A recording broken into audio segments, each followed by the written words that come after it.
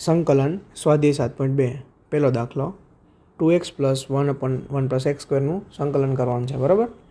સંકલનમાં 2x / 1 + x² dx. તો જો અહીંયા તમે છેદ છે 1 + x² ને t માની લો, તો ડેરિવેટિવ શું થાય? 1 નું 0, x² નું 2x, x નું dx = t નું dt.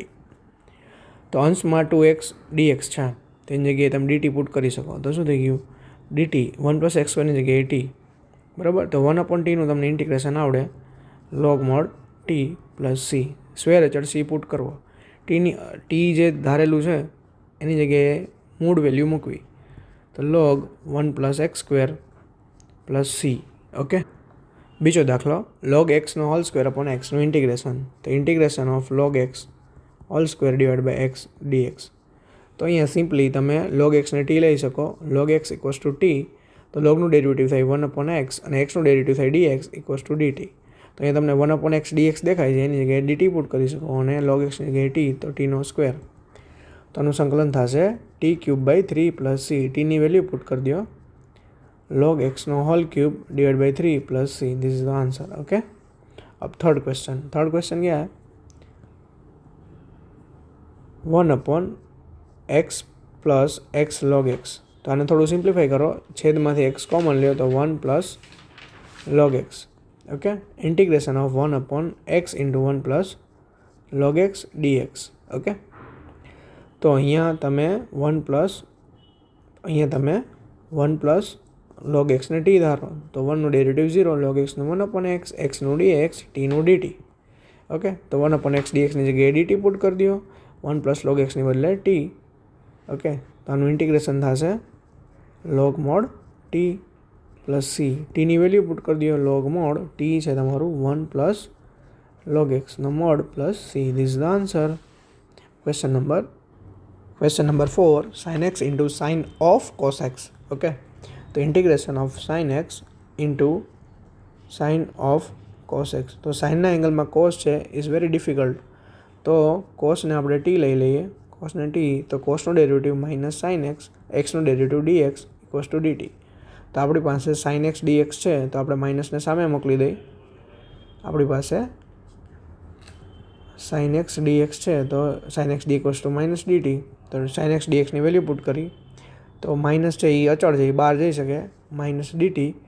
અને sin of cos x ની જગ્યાએ t પુટ કરી દઈ, તો minus as it is sin t નું ઇન્ટિગ્રેશન થાય -cos t + c. તો શું થઈ ગયું?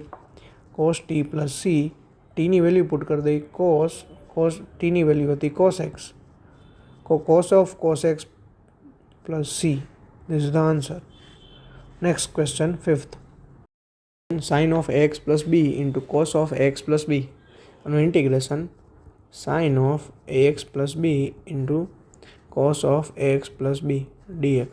આ બેના એંગલ સરખા છે, તો sin ને t લઈ શકો અથવા તો cos ને t લઈ શકો. તો હું લઉં છું sin ને t. તો sin of ax + b = t. તો sin નું derivative cos ax + b. ax + b નું ડેરિવેટિવ એ x નું ડેરિવેટિવ dx = dt. તો મારી પાસે cos of ax + b × dx છે, તો dt/a. તો આપણે વેલ્યુ પુટ કરશું, cos of x + b × dx ની જગ્યાએ પુટ કરશું dt/a. તો dt/a એ એક અચળ છે, તેને બહાર મોકલી દઈએ. બરાબર. તો હવે બચ્યું કોણ? sin x + b, તેની જગ્યાએ t. તો t નું ઇન્ટિગ્રેશન થશે t² / 2 1/a as it is, square અચળ c. તો t ની વેલ્યુ પુટ કરી દઈ, sin ax + b.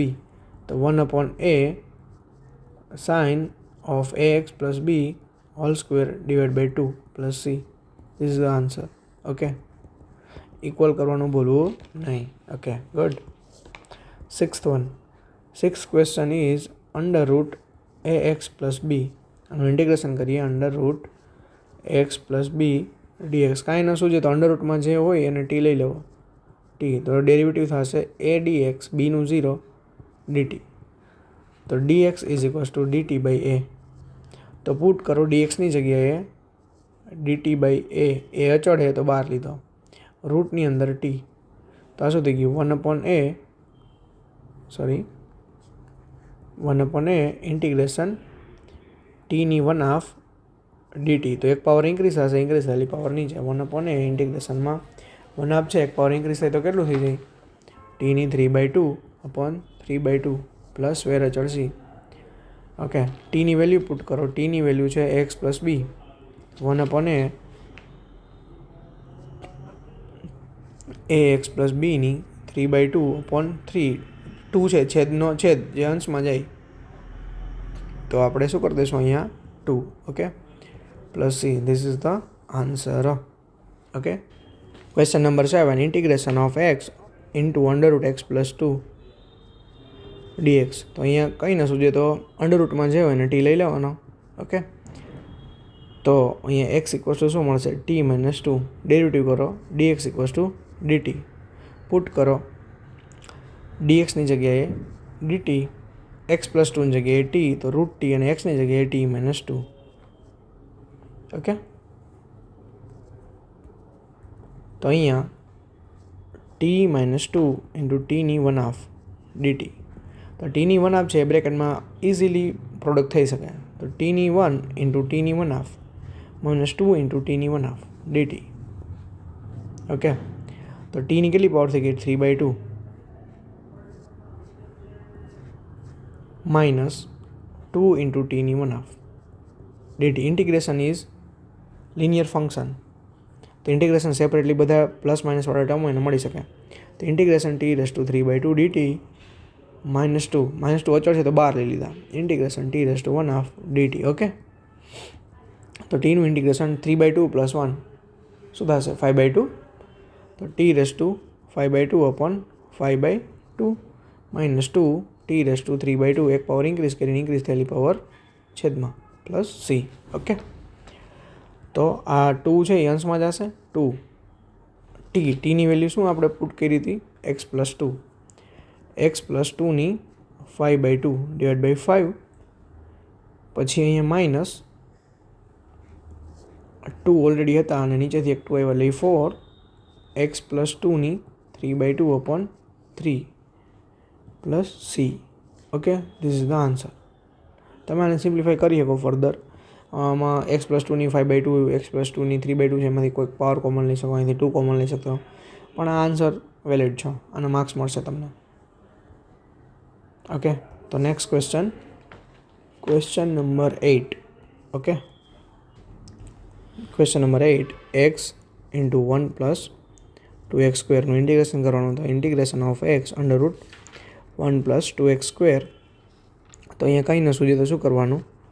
1 plus 2x² ને લઈ લઈએ t, તો એનું 1 ડેરિવેટિવ 0, 2x² નું derivative 4x into dx equals to dt. તો આપણી પાસે x dx છે, તો x dx આપણને શું મળ્યું? dt/4. તો ઇન્ટિગ્રેશન dt/4, 4 ને બહાર લઈ લઉં, xની જગ્યાએ x dx તો જતું રહ્યું, તો અંડરરૂટમાં t, તો શું થઈ ગયું? 1/4 ઇન્ટિગ્રેશન ટીની 1/2 dt. તો એક પાવર ઇન્ક્રીઝ થશે, તો 1/4 t^3/2/3/2 પ્લસ c. છેદનો છેદ અંશમાં જાય 2/4. ટીની વેલ્યુ છે 1 પ્લસ 2x². 1 પ્લસ 2x² ની 3/2 પ્લસ c. 2 કટ થશે 1/2. 1 પ્લસ 2x² ની 3/2 plus c. This is the answer. Okay, ચલો ક્વેશ્ચન નંબર 9. એમાં ઇન્ટિગ્રેશન કરવાનું છે 4x plus 2 into x² plus x plus 1 dx. Okay, તો જુઓ કંઈ ના સૂચે તો અંડરરૂટમાં હોય એને શું લઈ લેવાનું? t.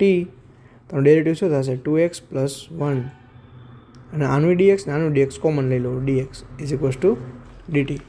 તો મને આવું કંઈ દેખાય છે? હા, દેખાય છે. જો અહીં 2x પ્લસ 1 છે, તો અહીંયા એને 2થી મલ્ટીપ્લાય કરેલા છે. 4x પ્લસ 2 છે.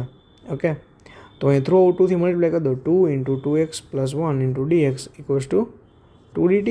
તો થઈ ગયું ને તમારું 4x plus 2 dx equals to 2 dt. તો એ શું આવી જશે? 2 dt √t. રેડી? તો 2 એઝ ઇટ ઇઝ ટીની 3/2/3/2 dt. સોરી, આપણે ઇન્ટિગ્રેશન કરી દીધું સ્ક્વેર અચળ c.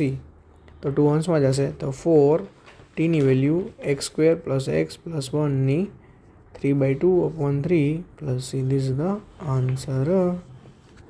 Question number 10. Integration of 1/x minus root x dx.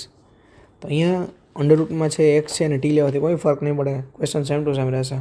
તો આપણે અહીંયા રૂટ એક્સને કોમન લઈએ તો એક્સ એટલે રૂટ એક્સ થાય, તો રૂટ એક્સ કોમન લીધું તો રૂટ એક્સ બચ્યું, અને રૂટ એક્સ કોમન લીધું તો 1 બચ્યું dx.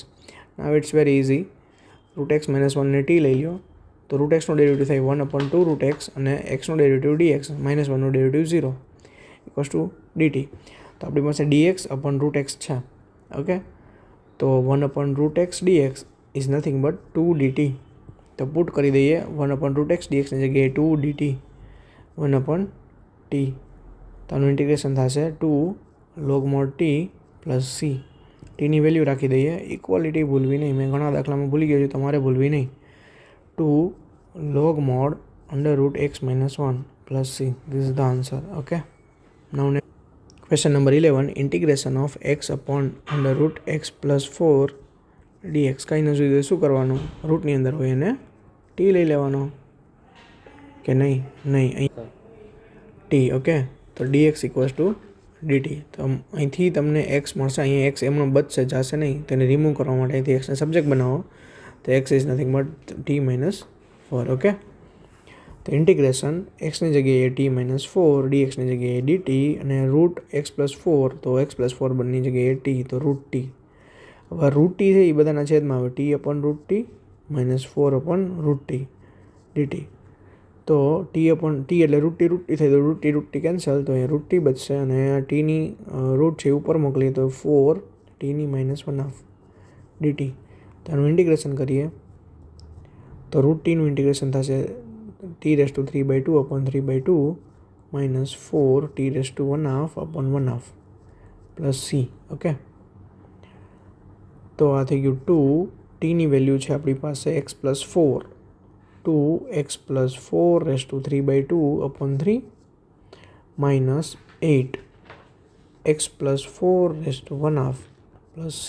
This is the answer. Okay, now next question. Question number 12, integration of x³ - 1નું ક્યુબ રૂટ ઇન્ટુ x⁵5 નું ઇન્ટિગ્રેશન કરવાનું છે. ઓકે, તો અહીં કાંઈ ના ખબર પડે તો ક્યુબ રૂટમાં છે અને ટી લઈ લઈએ. x³ - 1 equals to T. તો આનું ડેરિવેટિવ થશે 3x² dx equals to dt. તો આપણી પાસે x² પડેલો છે, x⁵5 છે એ x² ઇન્ટુ x³ છે, તો એને હું લઈ લઉં x² dx dt/3. આને થોડું સિમ્પ્લિફાઈ કરીને લખીએ x³ - 1ની 1/3 into x² into x³ dx. તો x² dx શું થઈ જશે dt/3 અને x³ - 1 ઇક્વલ્સ ટુ t. તો t ની 1/3 ઇન્ટુ અહીંયા બચશે x³ અને dt/3. હવે તમે આ x³ ને અહીંથી સબ્જેક્ટ બનાવી શકો તો x³ is equals to t-1. તો t⁻1/3 એક્સની જગ્યાએ પુટ કરી દેવાનું t-1 અને dt/3. તો 3 બહાર લઈ લો, બસ આ 1/3 ને ઇઝીલી તમે પ્રોડક્ટ કરી શકો. 1/3 integration t⁻1/3 into t -t⁻1/3 into dt. Okay, is equals to 1/3 integration, અહીંયા ટીની પાવર 1 છે તો ટીની 1/3 અને ટીની 1, તો ટીની થઈ જશે 4/3 માઇનસ ટીની 1/3 dt. ઓકે, તો એક પાવર ઇન્ક્રીઝ થશે, ઇન્ક્રીઝ થયેલી પાવર નીચે. ટીની 4/3 પ્લસ 1/4/3 પ્લસ 1 માઇનસ ટીની 1/3 પ્લસ 1/1/3 પ્લસ 1 ઇઝ અહીંયા 1/3 બધાના પ્રોડક્ટમાં છે પ્લસ વેર અચળ c. તો 1/3 શું આવશે અહીંયા 3 7 t⁻7/3/7/3 minus t⁻4/3/4/3 plus c. તો 3 છે અંશમાં આવી જશે, અંશમાં આવી જાય 12 3 છે ત્યારે કેન્સલ થઈ જશે. તો t⁻7/3/7 minus t⁻4/3/4 plus c. ટીની વેલ્યુ પુટ કરી દઈએ. ટીની વેલ્યુ છે x³ - 1, તો x³ - 1/7/3/7 minus x³ - 1/4/3/4 plus c. This is the answer.